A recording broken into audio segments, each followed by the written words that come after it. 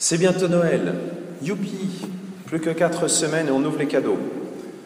Et pour préparer ce temps liturgique, l'Église nous réserve une lecture de derrière les fagots, bien comme il faut.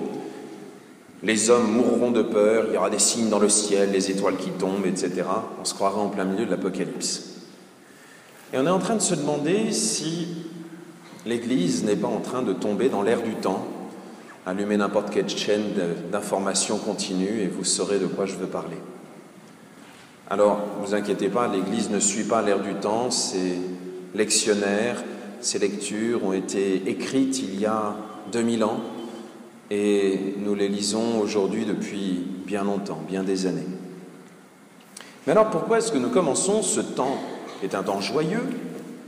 On se prépare à Noël, avec à la fois ces lectures et puis aussi le violet qui, très souvent, dans nos liturgies, est réservé aux enterrements ou au carême, donc plutôt des choses un peu tristes.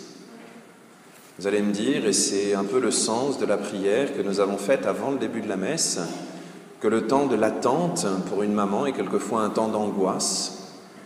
Et c'est vrai que dans notre monde, l'angoisse a fait peur trop souvent à...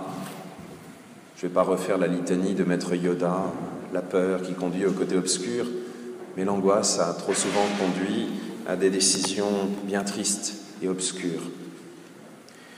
Pourtant, nous avons un gros point, qui est quand même important, une grosse différence avec toutes les mamans du monde qui attendent un événement, c'est que nous savons comment ça va se terminer. Nous savons que de toute façon, quoi qu'il arrive, que l'homélie dure 5 minutes ou un quart d'heure, qu'elle soit intéressante ou pas, de toute façon, le 24 décembre à minuit, ça sera Noël. C'est bien. Bon. Ça n'en rend que plus difficile l'attente. Qu'est-ce qui va encore nous inventer notre curé d'ici là?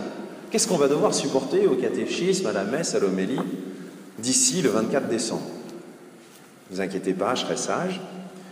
Mais on va quand même essayer de savoir ce que c'est que cette attente.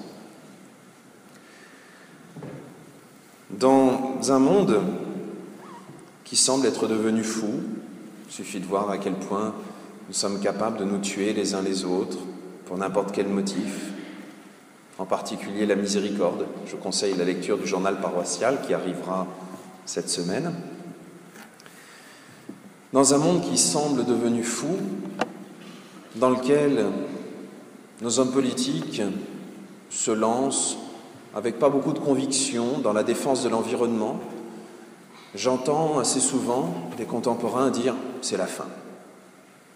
La température monte, le climat social est aussi en train de s'échauffer, etc., c'est la fin.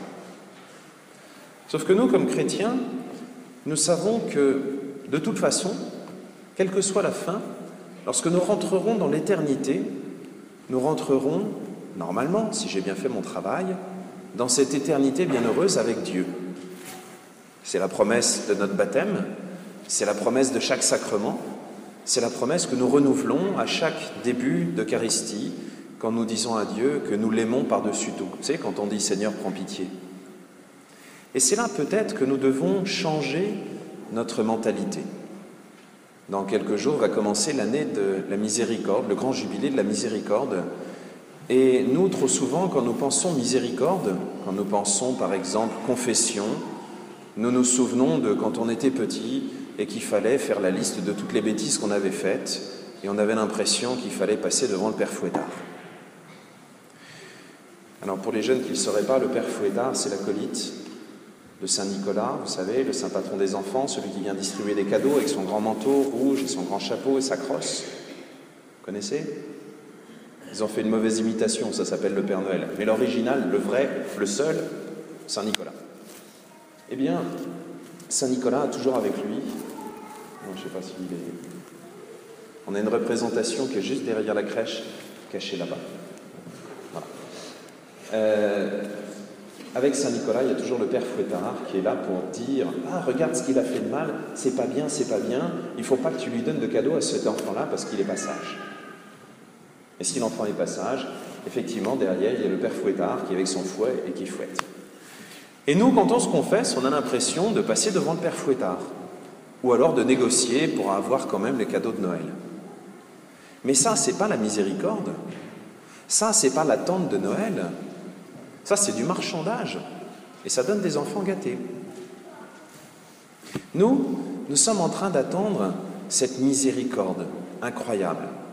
Cette miséricorde qui fait que Dieu s'est fait le plus proche possible de nous. Le plus proche, on le voit dans nos crèches, il s'est fait l'un de nous. Il est né comme chacun de nous. Il est venu comme un tout petit enfant. Il a subi malheureusement toutes les terreurs que nous aussi nous subissons. On a essayé de le faire mourir alors qu'il était tout petit. Mais surtout, il s'est fait proche de chaque être humain parce qu'il était en même temps parfaitement homme et parfaitement Dieu. Ça vous dit quelque chose, les jeunes du catéchisme? Jésus, 100% homme et 100% Dieu en même temps. Merci. Jésus s'est fait totalement l'un de nous. Et ça, cet amour-là, qui vient jusqu'à nous, qui vient nous relever, eh bien, il devrait nous donner un regard différent sur le monde. Pas simplement dans le sens, le monde est en train de courir à sa perte, bon, ça fait rien, à la fin, je sais qu'à ma mort, j'arriverai au paradis, donc j'en ai rien à faire de ce monde. Non, beaucoup plus grand que ça. Chaque instant de ce monde est une occasion d'aimer Dieu. Chaque instant de ce monde dans lequel on fait les pires bêtises est une occasion de l'aimer encore plus, parce que c'est lui qui vient jusqu'à nous, c'est lui qui descend. Permettez-moi une comparaison. On a beaucoup parlé des mamans, donc je vais parler des papas pour une fois. Vous avez peut-être déjà vu un enfant qui est en train d'apprendre à marcher.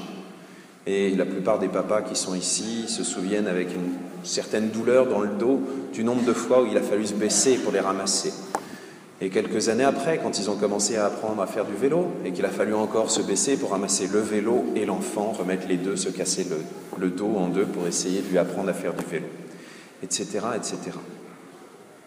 Je pense que si les enfants, comme les poulains, apprenaient à marcher tout de suite à la naissance, ça serait dommage, parce que les papas ne pourraient pas se casser le dos pour montrer à quel point ils aiment leurs enfants.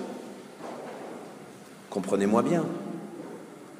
Il y a d'autres moyens de montrer à son enfant qu'on l'aime qu'en se cassant le dos pour le relever. Mais c'est une occasion qui est tellement belle de montrer à quel point on l'aime qu'un papa va même aimer qu'un enfant mette autant de temps à apprendre à marcher, à apprendre à faire du vélo. Parce que ça a été l'occasion pour lui de lui montrer à quel point il l'aime. Eh bien pour Dieu, c'est la même chose. Même lorsque nous tombons, eh bien, il continue à nous aimer. Surtout quand nous tombons, il vient nous montrer à quel point il nous aime. Et si nous étions conscients de ça, eh bien, à chaque fois qu'on fait une bêtise, on courrait presque au confessionnal avec un sourire jusqu'aux oreilles en disant « Génial, le bon Dieu m'a pardonné, je vais aller accueillir ce pardon. » C'est incroyable, hein? Et pourtant, c'est ce que nous attendons pendant ce temps de Noël. Nous attendons Dieu qui est venu jusqu'à nous. Il y a un mot en grec qui dit kénose, qui est descendu, qui s'est abaissé. Il s'est abaissé lui-même, complètement. On l'a chanté tout à l'heure pendant les vêpres. Il s'est abaissé totalement jusqu'à nous. Et cet abaissement, au lieu d'être une honte pour lui, non seulement c'est une gloire pour nous, mais en plus, c'est une preuve d'amour, une occasion d'amour encore plus grande. Alors aujourd'hui, c'est ce que nous pouvons demander à Dieu, d'être capable d'oser imaginer qu'il nous aime par-dessus tout, par-dessus toutes les bêtises, d'oser essayer de ne pas en faire trop évidemment, mais d'oser aussi lui demander de reconnaître cet amour, d'en être digne, de l'accueillir, de le garder précieusement comme un trésor, et chaque instant de notre vie, de nous tourner vers lui. Amen.